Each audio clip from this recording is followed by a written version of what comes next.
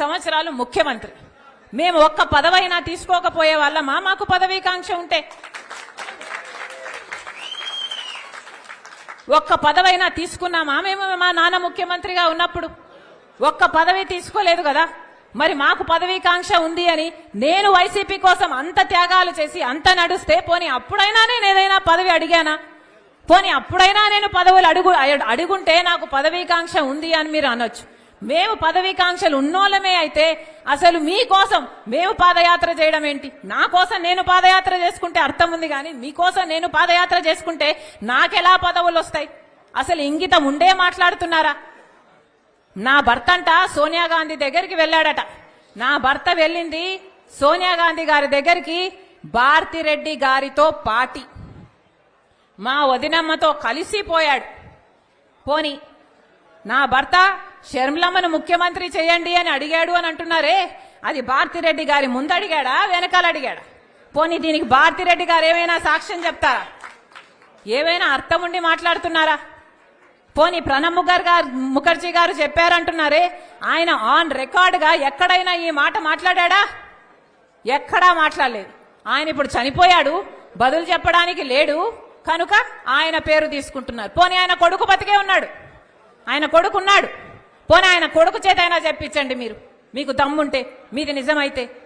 చెప్తున్న ఒక్క మాట మీరు రుజువు చేసుకోలేరు. ఇష్టం వచ్చినట్లు జోకర్ల చేత, ఎవడి చేత వీలైతే వాడి చేత ఏది కావాలంటే అది మాట్లాడిస్తున్నారే.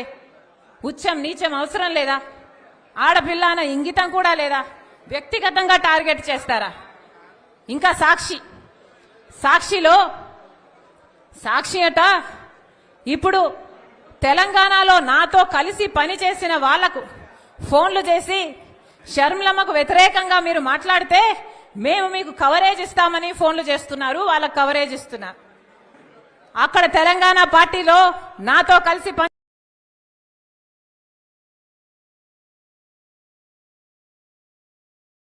చేసిన వాళ్ళు మాకు ఫోన్ చేసి, అమ్మా మాకు ఇలా ఫోన్లు వస్తున్నాయి, మీరు వ్యతిరేకంగా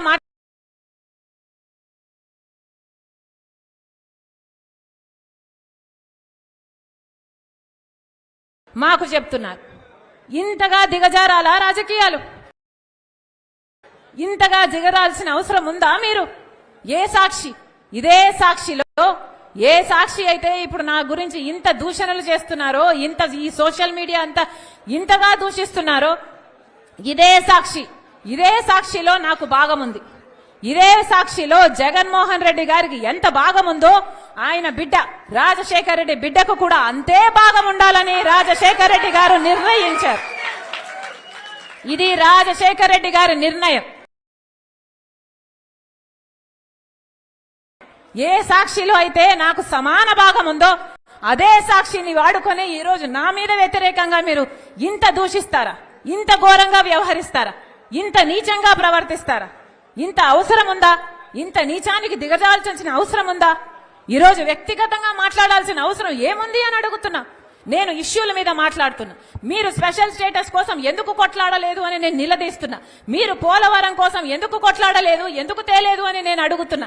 బీజేపీతో మీకు దోస్తీ ఉంది, మీరు బానిసలుగా ఉన్నారు.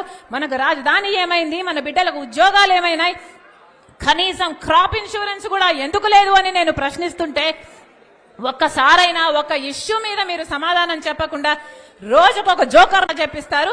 అది మళ్ళీ సోషల్ మీడియాలో మొత్తం పబ్లిసిటీ ఇచ్చుకుంటారు. బుద్ధి, ఇంగితం, జ్ఞానం ఏదైనా ఉందా? ఇంత నీచానికి దిగజారాలా? విలువలు, విశ్వసనీయతలు అని పెద్ద పెద్ద మాటలు చెప్పారు కదా, మరి మీకు లేవా విలువలు, విశ్వసనీయతలు? ఆలోచన చేయాలి. తెలుగు ప్రజలు పిచ్చోళ్లు కాదు, అన్ని గమనిస్తున్నారు, అన్ని చూస్తున్నారు. నేను రాజశేఖర రెడ్డి బిడ్డను. పులి కడుపున పులే పుడుతుంది. రాజశేఖర రెడ్డి రక్తం నాలో ప్రవహిస్తుంది. నేను రాజశేఖర రెడ్డి బిడ్డ వైఎస్ షర్మిలా రెడ్డి.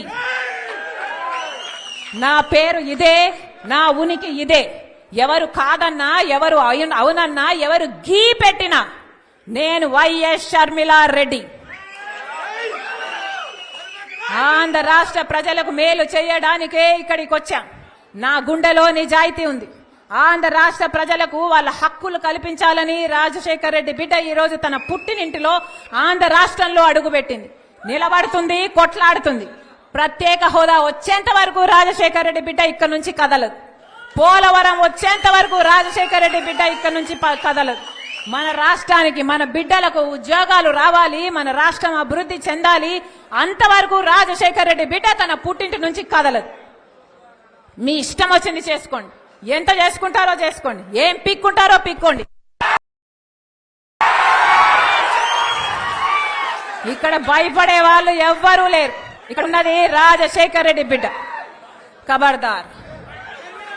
జోహార్ వైఎస్ఆర్. రాహుల్ గాంధీ గారి నాయకత్వం వర్ధిల్లాలి, వర్ధిల్లాలి.